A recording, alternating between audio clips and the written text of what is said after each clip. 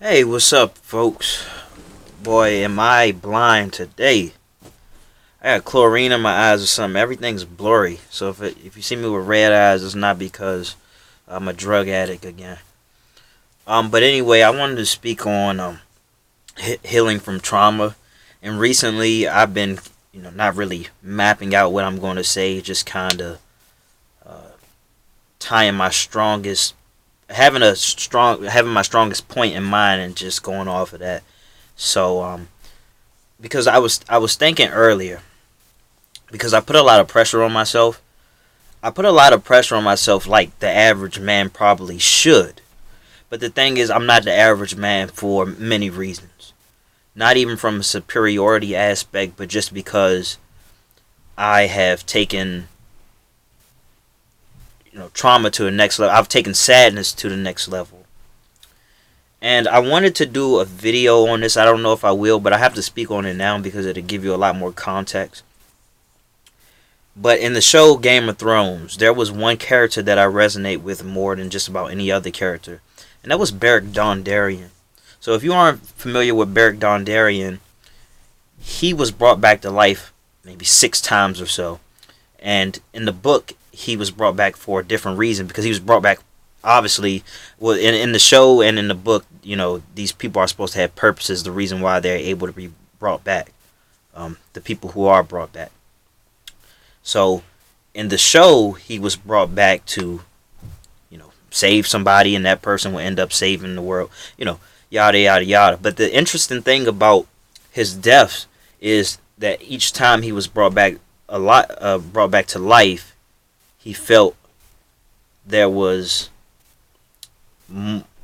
he felt like he was even more dead than the time before. So parts of him were killed off in a sense.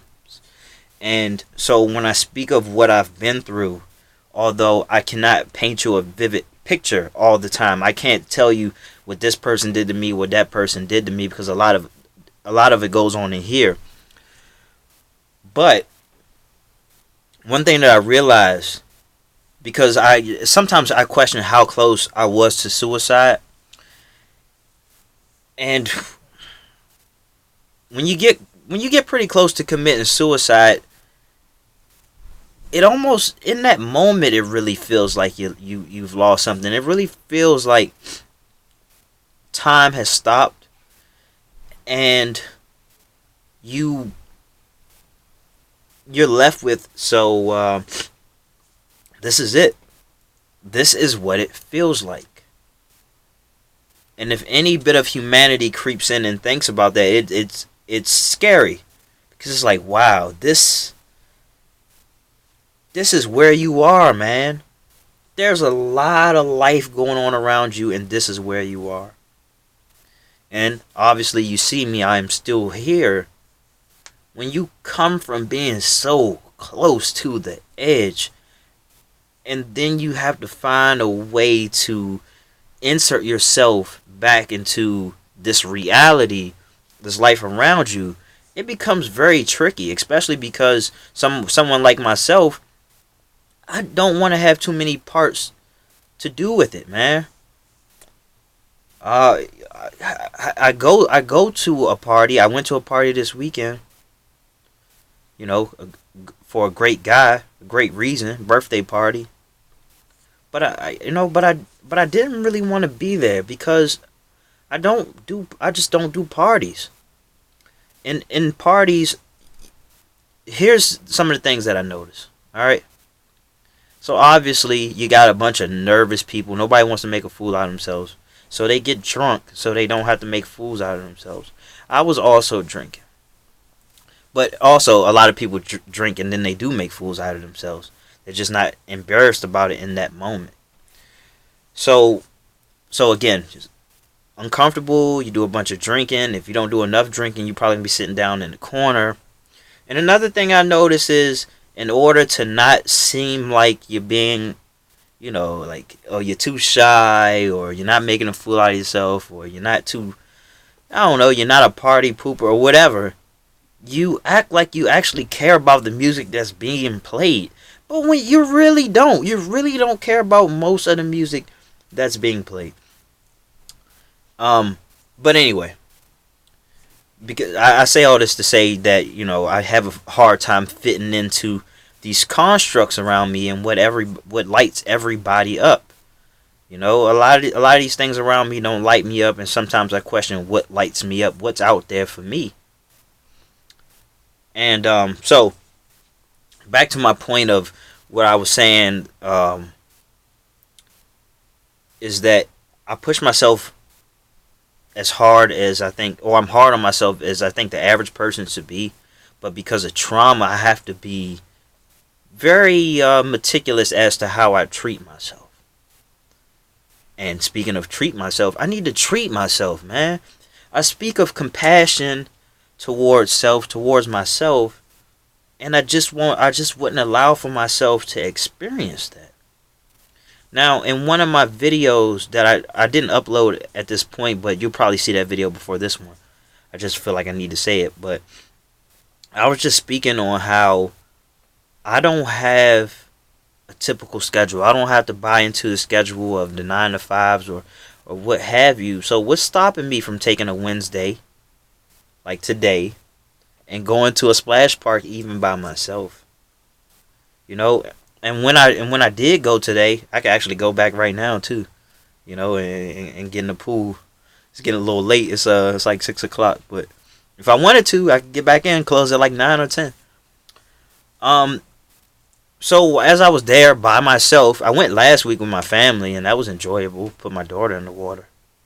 But as I went by myself, the moment I got into the wave pool, I started questioning, like, is this stupid? Like, should I leave? Like, what are you doing?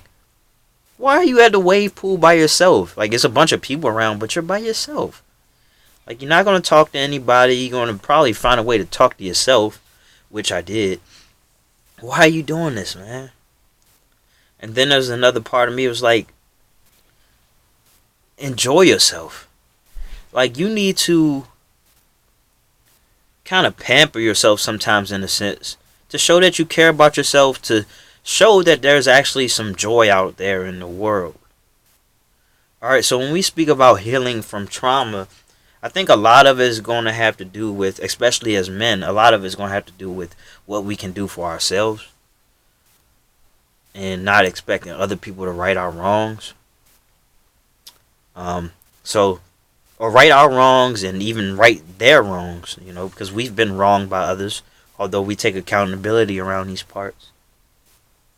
We have to take it upon ourselves.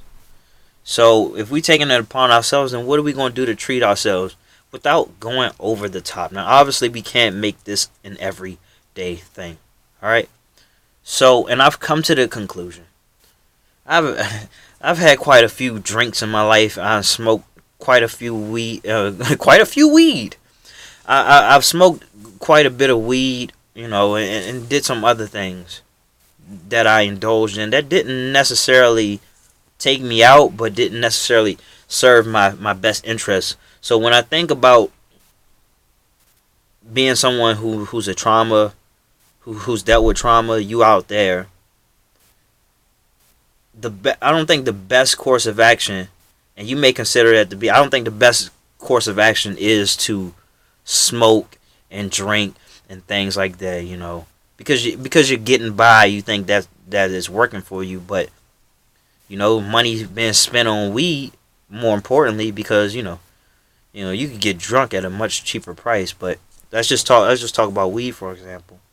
The money being spent on weed can be used on experiences, and the type of experiences that can really change your paradigm, give you a safe outlet. Okay, so you know, $18 to go to an all-day water park, got mini golf and batting cages, which I messed my hand up on. Baseball is very, very, very much complicated.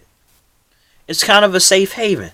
Oh, okay, so maybe you can't afford to do it every day, but at least you have something in mind, some place that you can go to when you know you just want to get away. So I speak of that.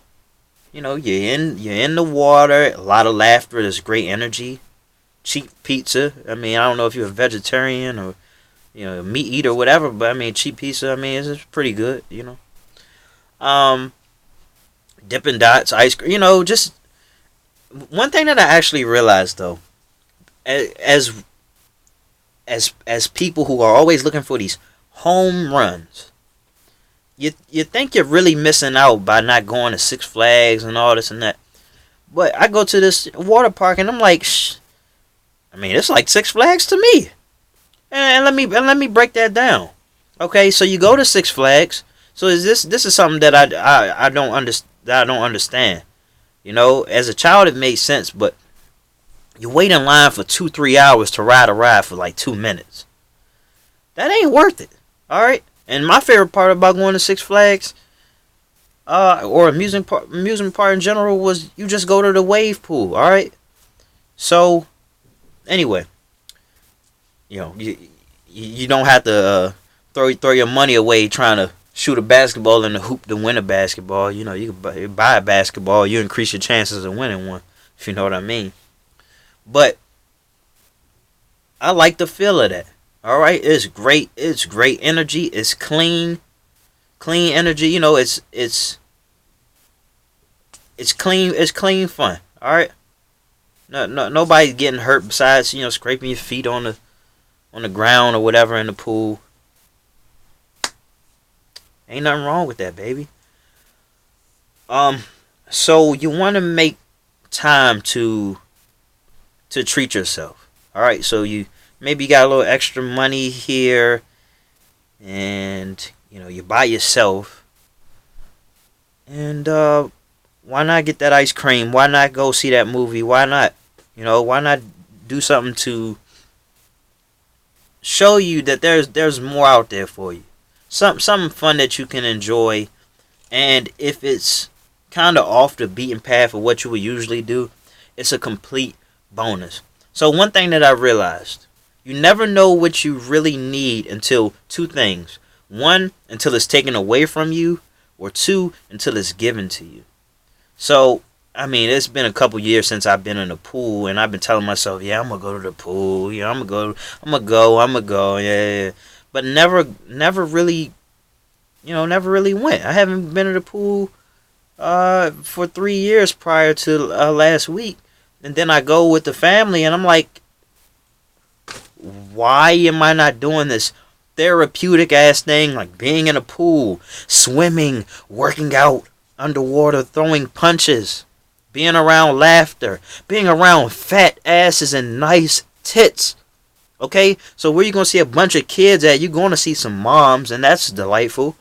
All right. And it's like you can be a fly on the wall. Nobody's expecting for you to dance. Nobody's expecting for you to, I don't know, to be the life of the party. A lot of people, we're present. We're present. And here's one thing that I realized. Maybe I haven't spent enough time in the pool, but I spent time. So, there's one thing that I realized. When I'm in the pool, as I speak on being present, there hasn't been one time where I've been in a pool and I thought to myself, man, my life really sucks. Okay? Life is on the back, life isn't on the back burner, but time is non-existent when you're in the pool. Now, this is assuming that you aren't on a floaty on your phone. Okay? My phone was in the car. I'm in the pool. I'm only guessing what time it is. All right? I put time aside for a second and focused on healing by way of seeing how well I can swim. Also taking some risks too, because although I've shown myself that I can swim, I've never been comfortable in water where I couldn't just stand up in and the water wouldn't be over me. Okay? But today I decided that I would do that anyway. So I got out and it was like 7 feet, and I was like, I'm just gonna swim until I can stand up. So, I mean, that was kind of scary for me, but I felt like I couldn't leave unless I did that. And I'm looking forward to doing more of those things. Now, there have been days where I have pampered myself with a lot of food and ice cream and all that. And, that's good, but I want more experiences, and I want to spend more time outside, which is something that I resolved to do. Is to get more sun on me while I can right now. And in the back of my mind, I'm plotting what I'm going to do come winter time. You know, I'm actually thinking about maybe leaving the state for 3 months or so. I don't know how I could pull that off with a young daughter, but I would like to. I would like to go to maybe Hawaii or something like that, and just taking that 70-degree weather. I don't know. Maybe I'm wishful thinking, but I mean, why not? All right. So here's your homework. I got to start giving you homework to feel like that these videos are actually worth something. But your homework is, if you're dealing with trauma, if you're dealing with monotony, depression, anxiety, you know, give yourself a day. It doesn't have to be scheduled, but give yourself a day where you treat yourself. You know, you don't go looking out there for, although I think it's a good idea, you don't go looking out there to see what you can do for other people, or don't go looking to please the person to the left or the right, whatever. Focus on pleasing yourself, not by what you can get from other people, but what you can do for yourself. All right? And that's it. And you let that dictate what's to come next. All right? Obviously, there are some risks. You may love that lifestyle so much that you put your responsibilities on the back burner and everything goes to shit. I don't think that, I mean, it's possible, but it doesn't have to be that way because you chose to have some fun. If you choose to have some fun, maybe you be more of a fun person. All right? So that becomes infectious in how you treat other people. Maybe it shows up in your work. Maybe not. Maybe you may just learn that you like spending a lot of time to yourself and having fun. I mean, and so long as you're having fun, you aren't hurting anybody, and you aren't really questioning your existence in a negative, you know, you're not giving it a negative connotation. All right, so you just question it. I mean, you know, you're just existing. You're just having some, you know, having some fun, finding joy. That's not even 10 minutes away from. I'm not even 10 minutes away from the water park, man. Alright? So it's not too pricey. I mean, obviously it can add up over time, but it's just it's something to do. It's something it's something productive to do. It's therapeutic. You get the power of the sun, the power of laughter, the good energy, the power of the water, exercise. Your lungs get strong. All of that. It's all good for you. And I'm just speaking about the water part. You may have something in your life that you choose to do to pamper yourself in your own particular way, your own bit of therapy. But if we are going to keep signing up to living a life that comes with a lot of unforeseen issues, then we gotta make time to do things that matter to us, that feel good to us. Alright? So I mean that's pretty much it. When you understand that there's some good in your life going on, then it takes away from the harshness of life. So if you ever wanted to like practice stoicism, which I do, it bridges the gap that much more. Because when you're so focused on how bad things are, it brings you down. And as you got this good going on, you focus on that, and it brings you back up. So you worried a lot less about the bad once the good comes up, if that makes any sense. Anyway, like and subscribe. I hope you got something out of this. Much love.